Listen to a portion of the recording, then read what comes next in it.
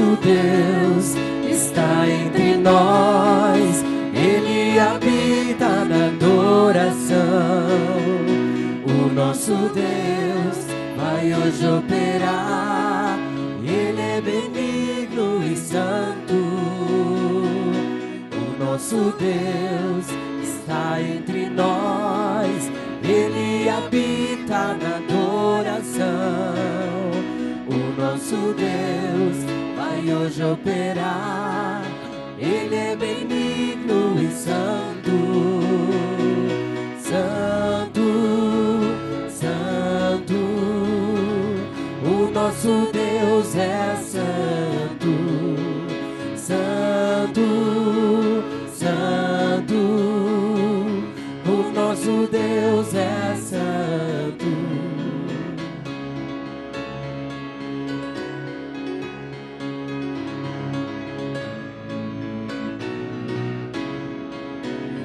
Nosso Deus está entre nós, Ele habita na adoração. O nosso Deus vai hoje operar, Ele é benigno e santo. Santo, santo, o nosso Deus é santo. Santo, santo, o nosso Deus é santo. Santo, santo, o nosso Deus é santo. Santo, santo, o nosso Deus é santo.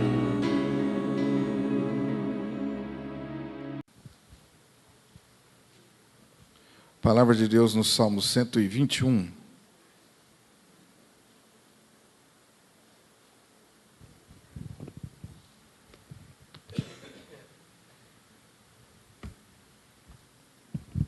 Eu tenho certeza que os irmãos já leram esse salmo tantas vezes.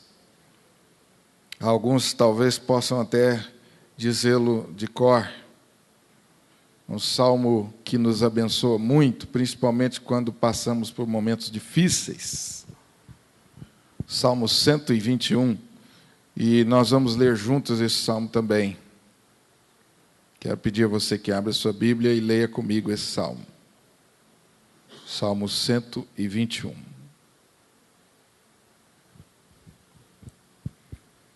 Vamos ler juntos? Eu quero pedir a você que faça uma leitura diferente, no sentido de ler bem forte, com bastante atenção, porque esse salmo ele deve ser lido assim, porque esse salmo é uma afirmação da nossa fé. E quando a gente afirma a fé, nós temos que fazer isso com convicção. Vamos ler então assim, com convicção, juntos o Salmo 121, mesmo assentados. Elevo os olhos para os montes, de onde me virá o socorro? Meu socorro vem do Senhor, que fez o céu e a terra. Ele não permitirá que os teus pés vacilem, não dormitará aquele que te guarda. É certo que não dormita, nem dorme o guarda de Israel. O Senhor é quem te guarda. O Senhor é a tua sombra à tua direita. De dia não te molestará o sol, nem de noite a lua. O Senhor te guardará de todo mal, guardará a tua alma. O Senhor guardará a tua saída e a tua entrada, desde agora e para sempre. Amém. Como caminhar seguro no mundo cercado, cheio de tantas incertezas e perigos? Como viver, como caminhar, como viver seguro no mundo cheio de tantas ameaças, de tantas incertezas, de tantos perigos? É possível viver seguro num tempo como o nosso? No mundo onde as mudanças acontecem cada vez mais rápidas, e os valores que sempre foram a base sobre a qual nós construímos a nossa vida, ruíram, não são mais a referência.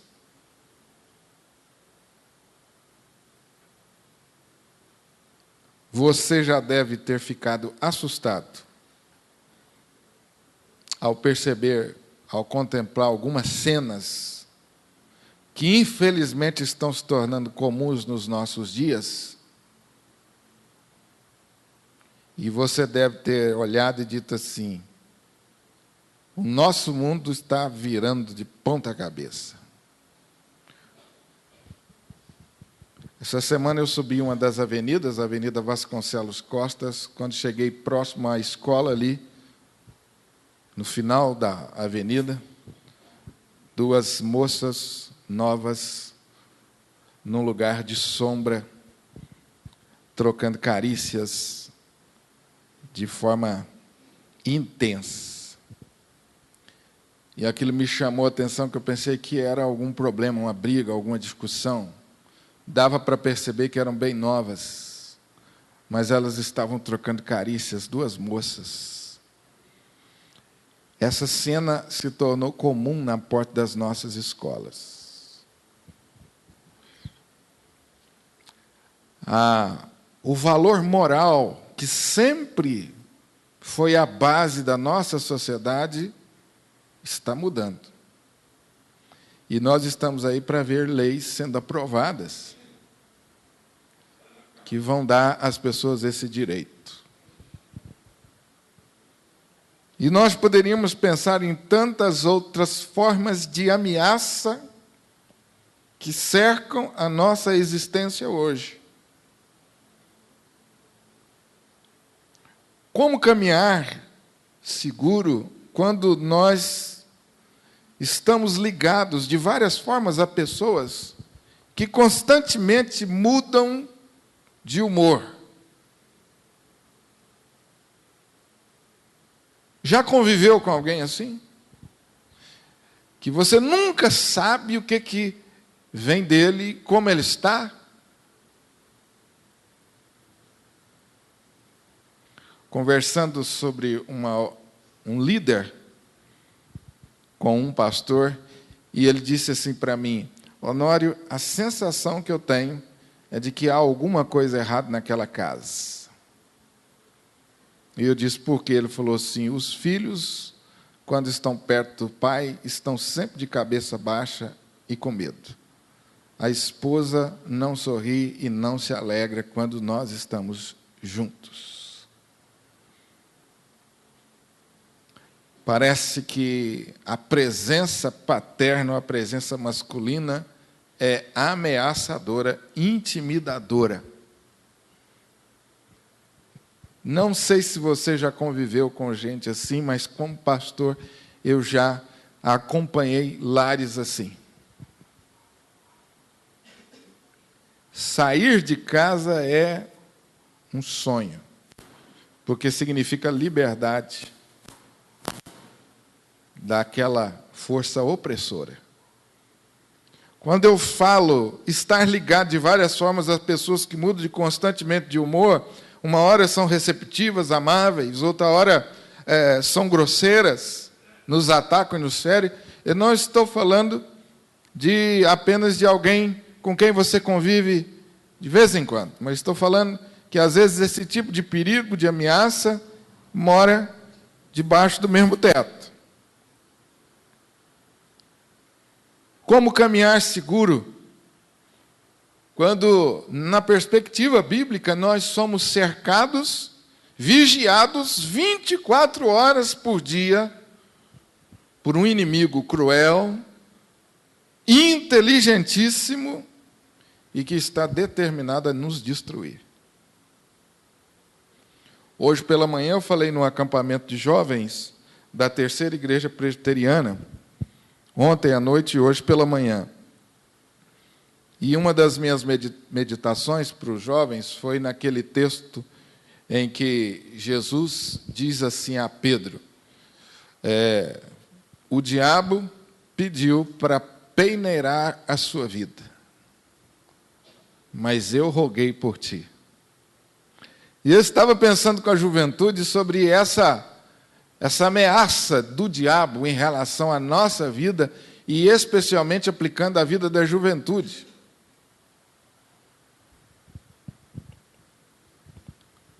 Biblicamente, principalmente nas cartas de Paulo, nós somos levados a entender a nossa vida cristã nessa perspectiva, de que estamos numa batalha. Temos um inimigo feroz, inteligentíssimo, cruel e determinado a destruir a nossa vida. E Jesus foi bem realista quando ele disse assim: o diabo veio para matar, roubar e destruir. Como eu posso viver seguro no mundo cercado por tantas incertezas, por tantas ameaças, por tanto perigo? Eu poderia continuar falando desses perigos e das ameaças, e acho que no final você ia dizer assim: pastor, não é melhor a gente ficar trancado dentro de casa e não sair? Essa semana eu conversei com um rapaz, eu e Anderson, né, Anderson?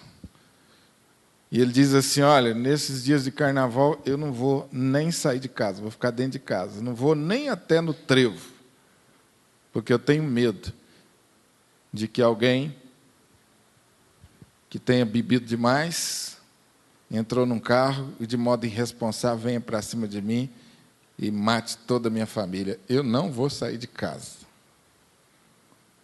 Eu ouvi isso dele. E não é essa a sensação de muitos de nós? As nossas casas são construídas hoje com verdadeiras segurança, né?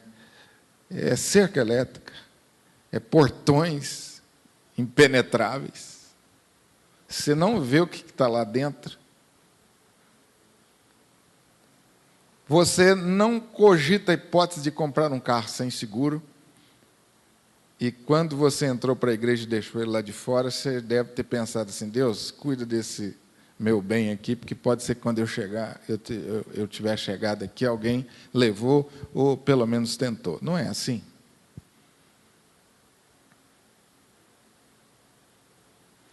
Eu estava desenvolvendo um projeto de começar uma nova igreja, plantar uma nova igreja, fazendo uma pesquisa com as pessoas em bairros.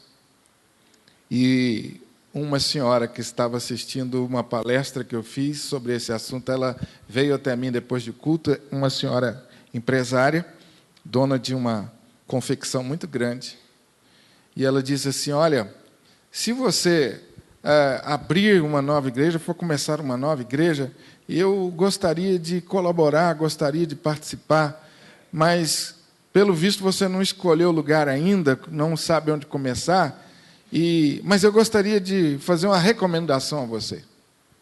Em qualquer lugar que você escolher, não importa o lugar, que tenha um bom estacionamento, onde eu possa entrar e guardar meu carro.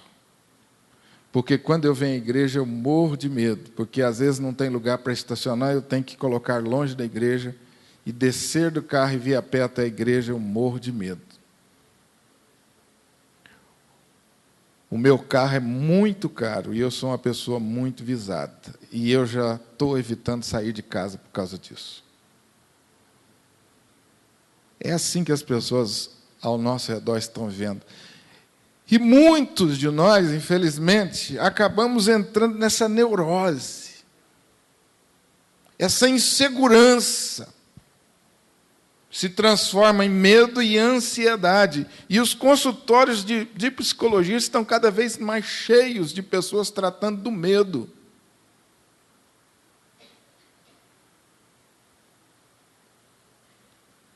As estatísticas sobre a síndrome de pânico são assustadoras, em todas as idades. Como cresce no nosso tempo esse sentimento de insegurança. De fato, nós estamos vivendo uma crise de insegurança, mas algumas vezes essa insegurança se transforma no medo e numa doença. Nós estamos aí às vésperas de mais uma eleição e pode ter certeza que todos os candidatos vão apresentar para nós uma proposta de segurança. Porque o marketing da política hoje instrui os candidatos que a maior necessidade hoje nossa é de segurança e que eles precisam apresentar uma proposta de segurança se quiserem o nosso voto. Vocês vão perceber isso. Mas a pergunta que eu quero fazer para você hoje: podemos viver seguros, mesmo cercados por tantas incertezas? O que dizer dos nossos filhos?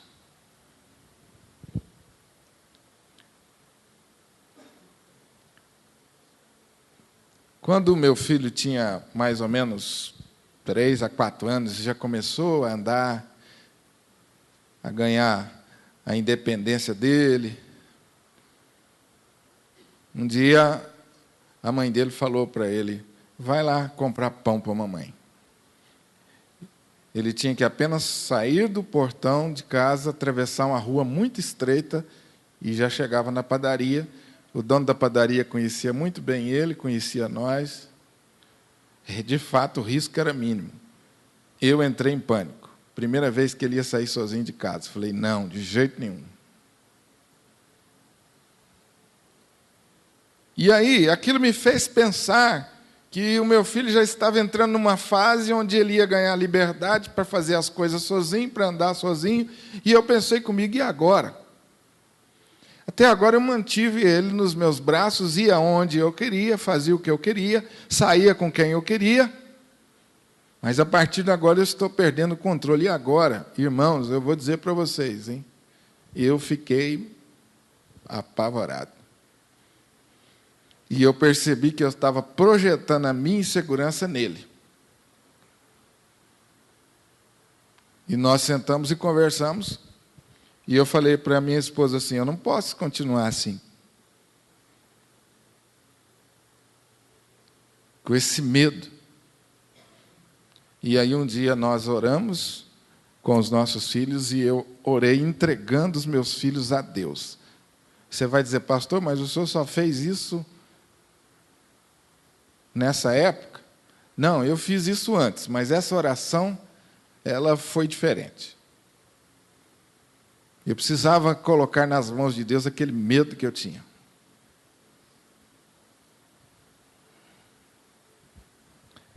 Aliado a isso, uma vez nós tivemos um problema sério com a nossa filha, muito novinha, num shopping. Quando ela foi abordada por um indivíduo que a gente nunca descobriu quem é, e ela chegou aos prantos. Então aquilo vinha na minha cabeça e eu fiquei apavorado. Mas aquela oração foi maravilhosa. Deus tirou do meu coração aquele medo. E os próximos anos ele foi crescendo, adquirindo a maturidade, cada vez mais liberdade, como muitos de vocês passam por isso. E eu pensei: está resolvido. Mas quando a minha filha atingiu 17 anos, que eu coloquei ela no ônibus para morar sozinha em São Paulo, eu falei: isso não vai prestar. 1.000 quilômetros de distância. Coloquei ela no ônibus para estudar, sozinha, 17 anos em São Paulo. Você pergunta: pastor, só tinha parente lá? Não tinha, não. Alguns amigos. Constantemente nós somos provados e testados. Não é? A segurança é um assunto que toma conta da nossa vida todo tempo.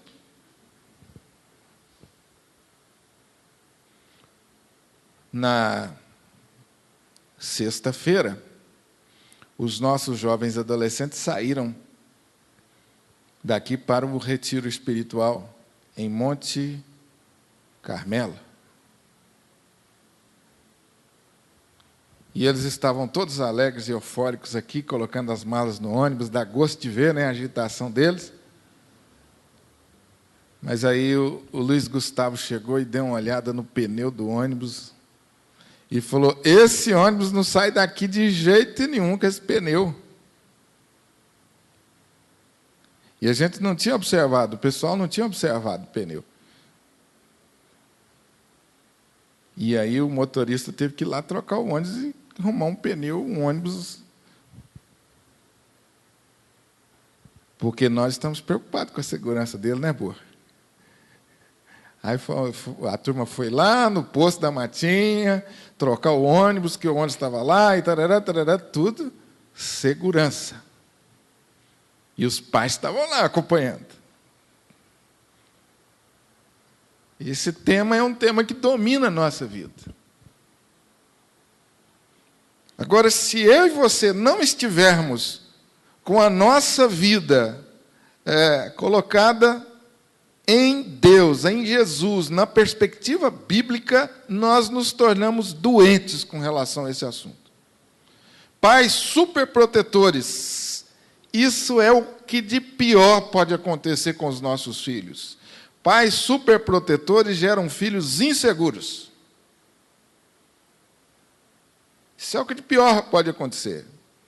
O extremo também, é óbvio, isso é terrível, ameaçador, pais que não estão nem aí. E nós precisamos caminhar dentro de um equilíbrio nessa área, e cada vez mais, queridos, nós somos desafiados a colocar nossa vida numa perspectiva correta em relação a isso. Não podemos nos transformar em pessoas doentes, neuróticas com relação à segurança, mas também não podemos tornar completamente relaxados e desatentos com algumas coisas necessárias. O Salmo 121 trata sobre segurança. Os comentaristas bíblicos estudiosos chamam o Salmo 121 de o Cântico dos Peregrinos. Eram judeus que vinham de todos os lugares, atravessando montanhas, vales, vielas perigosíssimas, cercadas por montes, que abrigavam salteadores e que ficavam na espreita, esperando o momento para saquear os viajantes que por ali passavam. O destino desses judeus era Jerusalém, onde haviam as grandes celebrações. Neste contexto, os viajantes, cercados por incertezas e por medo, eles iam cantando o Salmo 121. E é através desse salmo que nós vamos aprender a desenvolver uma fé que nos tira dos extremos e nos coloca exatamente no equilíbrio, no centro da vontade de Deus. Através desse salmo, nós podemos aprender como caminhar seguro no mundo cercado de incertezas. Em primeiro lugar, colocando os olhos no lugar certo. Como caminhar seguro no mundo de incertezas? Fixando os nossos olhos no lugar certo. Elevo os olhos para os montes, de onde me virá o socorro? Os viajantes poderiam olhar em 3 direções.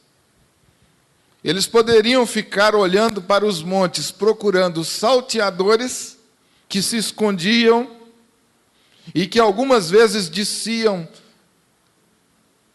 sorrateiramente em bandos para saqueá-los e feri-los. Ou eles poderiam também olhar para os povos, tais como os cananeus, que faziam seus cultos idólatras nos montes. Ou eles podiam olhar para o Senhor Deus, Criador do céu e da terra, o Deus de seus pais.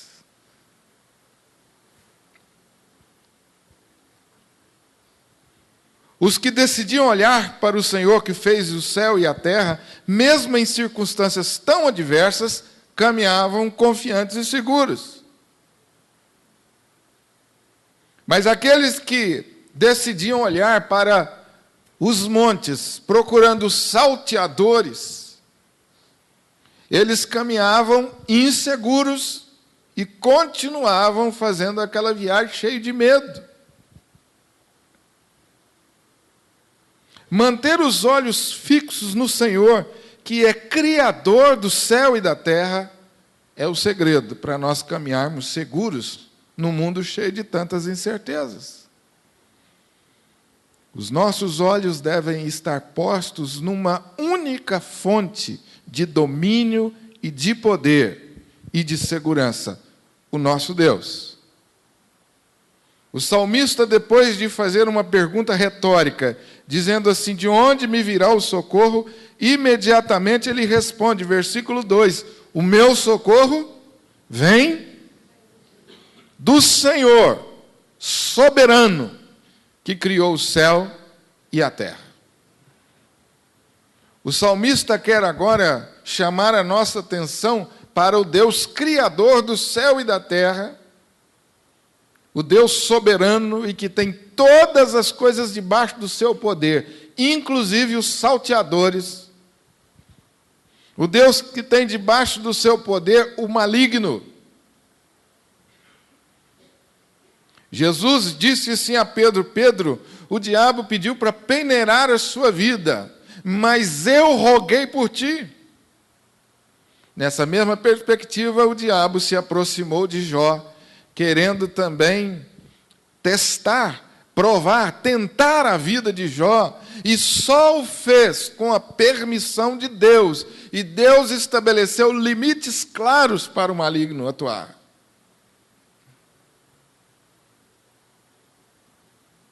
Quando nós fixamos os nossos olhos em Deus, nós precisamos confiar de que esse Deus Todo-Poderoso tem todas as coisas debaixo do seu controle, debaixo do seu domínio. Não há nenhum homem, por mais maldoso, inteligente e astuto que seja, que tem poder para fugir do domínio e da soberania de Deus, porque Ele criou o céu e a terra. Deus criador do céu e da terra não é o Deus que criou o céu e a terra e virou as costas, como que dizendo: agora vocês se virem. Porque tem muita gente que pensa que o Deus criador do céu e da terra é assim. Eles até dizem: eu creio que Deus criou o céu e a terra, mas Ele criou o céu e a terra, criou os seres humanos e virou as costas e disse: agora é com vocês. Eu não posso interferir mais na vida de vocês. Há uma ideia filosófica muito divulgada por aí acerca de Deus nesse sentido. Não, eu creio que Deus é criador, mas eu não creio que Ele é capaz de interferir na minha vida agora e não creio que Ele cuida de mim nos mínimos detalhes. Agora é comigo. Você acha que Deus está preocupado com a minha segurança nos mínimos detalhes? Deus tem muita coisa para fazer, dizem os adeptos dessa filosofia. Deus é o Deus do macro, é o Deus do grande, Ele cuida das grandes coisas. Você acha que nesse universo todo Ele vai se ocupar em cuidar da minha vida? Mas essa não é a perspectiva correta, não é isso que a Bíblia nos ensina. O nosso Deus, Criador do céu e da terra, Ele é pessoal. Ele cuida de mim, cuida de você. Eu creio que é exatamente isso que Jesus quis dizer quando Ele diz lá nas suas últimas palavras: eis que estou convosco todos os dias, até a consumação dos séculos. Você já parou para pensar aonde realmente estão postos os seus olhos? De onde você espera o socorro? Quem é realmente a sua única fonte de segurança? Você já parou para pensar?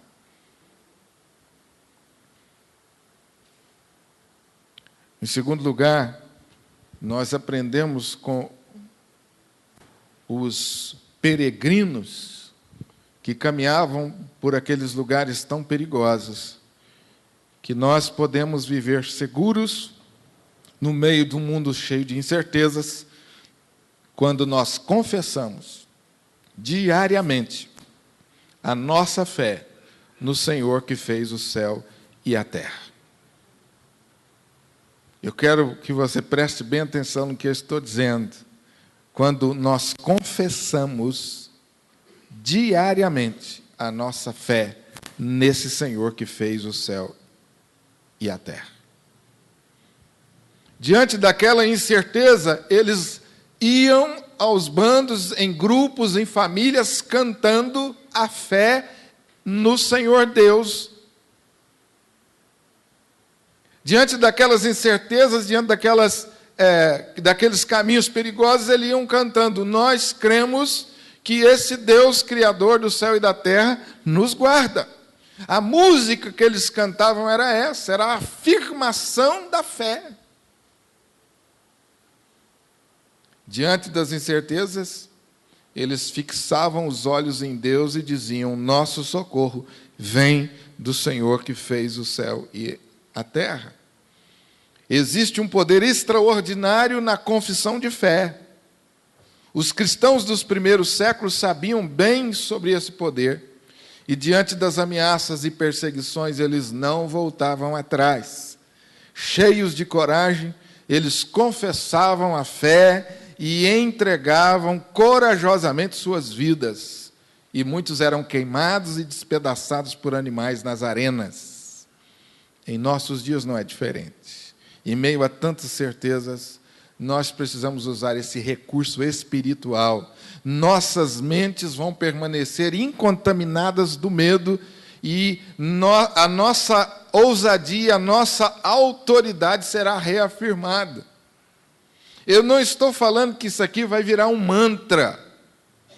Não, eu e você precisamos de fato crer no socorro de Deus, no cuidado de Deus. Mas não basta apenas você crer internamente. A Bíblia diz que se você crer com o coração, você confessa com o quê? Com a boca. É por isso que a nossa igreja adota a pública profissão de fé, porque nós acreditamos no poder que existe na confissão de uma fé, quando ela é feita realmente com convicção. Os nossos hinos, muitas vezes, são confissões de fé. Nós cantamos pelo menos uns 2 hoje que são confissão de fé. Seguro estou e não tenho temor do mal. Você pode dizer: pastor, isso é uma coisa mística? Não, não é uma coisa mística, é uma coisa espiritual. Quando você, com a sua boca, diante da incerteza, diz: Deus é a minha segurança, isso tem um efeito espiritual sobre sua vida. Você está reafirmando, confirmando a sua fé, e Deus, na sua misericórdia, abençoa você, preservando a sua mente do medo. Eu não estou falando de confissão positiva. Confissão positiva é aquela confissão que você faz acerca da sua capacidade, dizendo que você crê na sua capacidade. Mas a confissão de fé é a confissão que nós fazemos de que nós cremos em Deus. Não tenha medo e não tenha vergonha de confessar publicamente a sua fé. Não tenha medo de falar sobre ela com os seus filhos, com os seus amigos. Quando você for viajar de carro, não tenha medo de fazer a sua pública profissão de fé em oração com os seus filhos. Não tenha medo. Ensine isso para eles. Você imagina os peregrinos andando sobre esses lugares aí, perigosos, em direção a Jerusalém, muitos deles andando com os seus filhos e cantando isso. Aquela verdade cresceria no coração e na mente desses jovens e se transformariam em pessoas confiantes e saudáveis em Deus. Isto nos chama a atenção para aquilo que nós estamos falando na nossa casa. Presta atenção no que eu quero falar com vocês. Eu sou pai também, sei como é difícil criar filhos. Mas muitas vezes, meus irmãos, as inseguranças dos nossos filhos são projeções da nossa insegurança. Eu comprei um carro uma vez de uma jovem membro da minha igreja. E aquela jovem havia me dito anteriormente que o sonho dela era ter condição financeira para comprar um carro, porque os pais não saíam de casa e ela tinha muita dificuldade para participar das reuniões da igreja, dos acampamentos, das viagens, porque não tinha meio de transporte e o pai dela não levava, a mãe não levava, não saíam de casa. Ela falou: pastor, eu quero trabalhar e comprar meu carro e participar de tudo. Mas eu preciso ainda tirar minha carteira de motorista, depois comprar o carro. E, de vez em quando, ela compartilhava com isso. E eu participei daquele processo. Tirou a sua carteira de motorista. De vez em quando, eu cumprimentava ela, falou: e aí, já tirou a carteira? Não, pastor, estou criando coragem. Até que um dia tirou a carteira e veio toda alegre: pastor, vou te contar uma benção. Eu falei: o que foi? Tirei minha carteira de motorista. Eu falei assim: agora só falta o carro. Ela falou assim: não, o carro vai ser tranquilo, já tenho trabalho e já vou procurar o carro. Comprou o carro, foi na igreja com o carro, me levou para ver o carro, orei com ela e nunca mais vi o carro. E eu estou vendo ela voltar para casa a pé. E um dia eu chamei ela e falei assim: escuta aqui, cadê o carro? Ela falou assim: pastor, isso é uma história longa, outro dia eu te conto. E não me contou. Um dia, eles ficaram sabendo que eu queria comprar um carro. E ela veio toda alegre, me ofereceu o carro dela para comprar. E eu falei assim: não estou entendendo, você vai comprar outro, vai trocar por outro melhor? Ela disse: não, pastor, Deus que eu comprei, eu vim aqui na igreja uma vez, o senhor orou e nunca mais tirei o carro de casa. Eu falei: você está brincando? Ela falou assim: essa é a história que eu queria te contar. E eu tenho medo de sair de casa com o carro. E eu falei com ela: eu vou na sua casa orar com você e quero conversar melhor com você sobre isso. E fui na casa dela depois de um tempo, sentei e enquanto eu conversava com a família, eu fui pegando, eu fui entendendo o que estava acontecendo. Os pais extremamente inseguros. E quando eu falei sobre a venda do carro, sobre a compra do carro, logo a mãe já entrou e disse assim: pois é, pastor, eu falei com ela que ela não devia ter comprado esse carro. É muito perigoso sair assim. E se esse carro estraga? Como é que ela ia fazer? E se alguém bate nela? Como é que ela ia fazer? E começou, sabe, levantar uma série de medos. E o pai calado lá assim. Então, pastor, eu acho melhor é vender o carro mesmo. Naquele momento, gente, eu entendi o que estava acontecendo com aquela moça, onde estava o medo dela. Ela olhou para mim com os olhos cheios de lágrimas e falou assim: agora você está entendendo, pastor? Eu falei: eu estou entendendo. E aí eu conversei com os pais um pouquinho, tentei mudar a situação, dizer para eles: não, vamos confiar em Deus, foi uma conquista dela, meus irmãos, mas nada mudou aquela situação. O carro ficou lá mais um tempo na garagem, até que ela disse para mim o seguinte: pastor, se o senhor não comprar o carro, eu vou vender para outro. Realmente eu não vou sair de carro. Eu lamentei muito. Ela cresceu num ambiente assim, onde ela não percebeu nenhuma confiança dos pais. E por isso aquele medo foi entrando dentro da alma dela, e ela se tornou uma pessoa extremamente insegura. E eu entendi também porque muitas vezes ela dizia para mim: pastor, se o senhor precisar de mim na igreja, conte, mas nunca peça para mim à frente. Eu sou uma pessoa que trabalha nos bastidores, não gosto de aparecer, não gosto de falar, não gosto nem que cita meu nome. E eu comecei a entender por que esse medo de pessoas, por que o medo de se relacionar, por que uma jovem já tão madura, tão bonita, tão cheia de vida, não namorava e não se casava. Você percebe qual é o que aquela insegurança gerou no coração daquela moça? Por isso, eu quero chamar a sua atenção como pai para aquilo que nós andamos falando na nossa casa para os nossos filhos. As nossas palavras, o nosso cuidado com eles reflete a nossa fé em Deus ou reflete o nosso medo? Meu filho, pode ir, Deus vai te abençoar em nome de Jesus, vai. Com o coração tremendo, foi assim que eu fiz com a minha filha, e coloquei ela com 17 anos no ônibus, segurando as lágrimas. Minha filha, vai dar tudo certo, confia em Deus. Faz aquelas recomendações, mas vai dar certo, confia em Deus, o nosso Deus vai cuidar de você. Eu não estou dizendo que você nunca vai ter medo, nunca vai dar desconfiança, nós somos humanos, mas isso não pode dominar a minha vida nem a sua vida. Nós nos tornamos pessoas doentes com isso. O poder da confissão diária da sua fé. Quando a crise bater a porta da sua casa, o que você vai dizer, ou o que você está dizendo, ou o que você já disse, diante das dúvidas, das incertezas.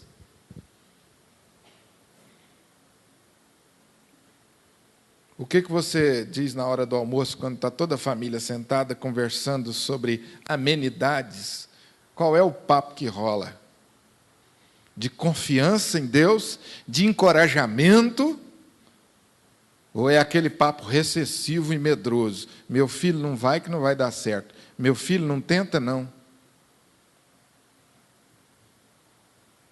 Não existe, meus irmãos, nenhuma perspectiva de crescimento da nossa vida se nós não estivermos dispostos a correr risco. Ninguém se casa se não estiver disposto a correr risco. Ninguém trabalha, ninguém abre uma empresa, ninguém começa uma faculdade, ninguém vai para frente se não estiver disposto a correr riscos. E ninguém que obteve sucesso na vida o alcançou sem um dia experimentar a derrota. Ninguém, os nossos filhos, seja lá quem for que estiver próximo a nós, nunca ninguém experimentou sucesso sem antes experimentar algumas derrotas. E a questão é, o que nós fazemos diante das derrotas? Nos tornamos medrosos, nos encolhemos, desistimos de arriscar. A filha que chegou para o pai triste, chorando, porque terminou o relacionamento, e o pai disse, eu falei para você não namorar, não mexer com isso. Meu Deus, como é que ela vai casar e ter família se não namorar? E namorar e começar um relacionamento é correr um risco. Vocês estão entendendo como isso afeta a nossa vida profundamente, gente? O Salmo 91, que nós gostamos tanto, diz assim, o que habita no esconderijo do Altíssimo e descansa à sombra do Onipotente, diz ao Senhor, meu refúgio e meu baluarte, Deus meu em quem confio. O que habita debaixo das asas do Altíssimo e descansa, diz a quem? Ao Senhor. Ele diz, ele fala, ele professa, ele confessa a sua fé. Meu refúgio e meu baluarte, Deus meu em quem confio. E vamos embora. Enfrentar os desafios e correr riscos. Porque se nós não fizermos assim de outra forma, a gente vai ficar dentro de casa. Em terceiro lugar, eu posso viver seguro num mundo cheio de incertezas, quando de fato eu creio que nesse mundo nós somos peregrinos e que o céu é o nosso destino final. Diante das provas e tribulações e do sofrimento, nós precisamos levantar a cabeça e olhar para a recompensa final. Na jornada cristã, nós vamos passar por sofrimento, por dores, por decepções, por frustrações. Mas no final será a glória do céu. É por isso que o apóstolo Paulo diz que a nossa leve e momentânea tribulação produz para nós eterno peso de glória. Olhar para frente, olhar para o céu, olhar para a nossa recompensa, olhar para a nossa herança, olhar para a nossa pátria, olhar para o nosso lar, nos capacita a enfrentar as turbulências e as incertezas da vida. Amém? Estamos aqui de passagem, o nosso destino é o céu. Ah, mas e se morrer? Ah, se morrer nós vamos chegar no céu. Não tem esse medo da morte, pavoroso medo da morte. Você não vai agir como um irresponsável, mas não pode viver como um medroso. E se Deus chamar, amém, estou no céu. Pronto, todos nós um dia vamos para lá.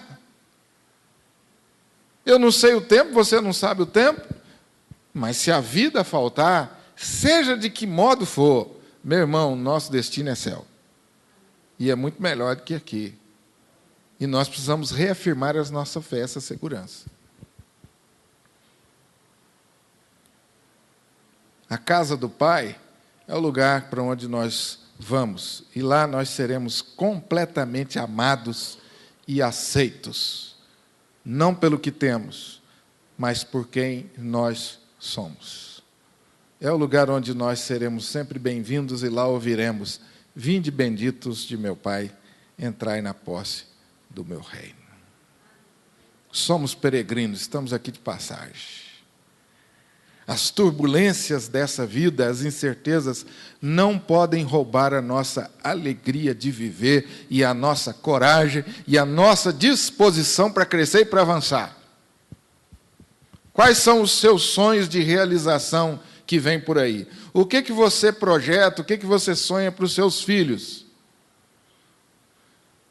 Eu conversei com uma moça que está se formando agora no meio do ano e ela disse para mim assim: pastor, aqui nessa cidade não tem mercado para mim e eu vou ter que mudar para São Paulo. E eu falei assim: e seus pais? Ela falou assim: graças a Deus, eles estão me dando força. Eu sei que o coraçãozinho deles está assim, apertado, mas o meu pai está dizendo: minha filha, vai, segue o seu caminho, Deus vai te abençoar, e se precisar, conte comigo. Eu falei: parabéns, papai. Porque se deixar, a gente quer ali, né? Fica aqui mesmo. Para quê? Aqui. E a pessoa não cresce, não se desenvolve, não vai embora. E tem muito pai, tem muita mãe que não está preocupado nem com a segurança do filho, não. Está aí com medo de ficar sozinho. É ou não é, gente? Amém? É ou não é? Vocês concordam comigo? Muitas vezes é medo de ficar sozinho, não é medo dos filhos quebrar a cara lá fora. Agora, você nunca ficará sozinho, sozinha. Nunca! Creia na promessa. Eis que estou convosco. Então, libera os meninos, libera as meninas, deixa. E deixa a porta aberta, porque se eles quebrarem a cara e precisar voltar, você recebe de braços abertos como o pai do filho pródigo. Não é para receber de braços abertos e dizendo assim: eu não disse para você que não ia dar certo? Porque às vezes a gente faz assim, né? Eu falei para você não ir. Não, meu filho, não deu certo, mas vem cá e vamos arrumar e vamos para outra. A próxima vai dar certo. É assim que nós vivemos. O que o diabo quer é fazer de nós medrosos, encurralados dentro da nossa casa, cheios de inseguranças. O maior e o melhor testemunho que nós, como crentes, vamos dar da agora para frente, cada vez mais, é essa segurança que nós temos em Deus. Cada vez mais o mundo caminhará sem Deus para se tornar mais inseguro, e neurótico e doente. Enquanto isso, nós que estamos em Cristo vamos continuar seguros e dando um bom testemunho, avançando para as coisas que estão diante de nós. Que Deus nos abençoe e nos faça cada vez mais convictos de que Ele, de fato, cuida de nós.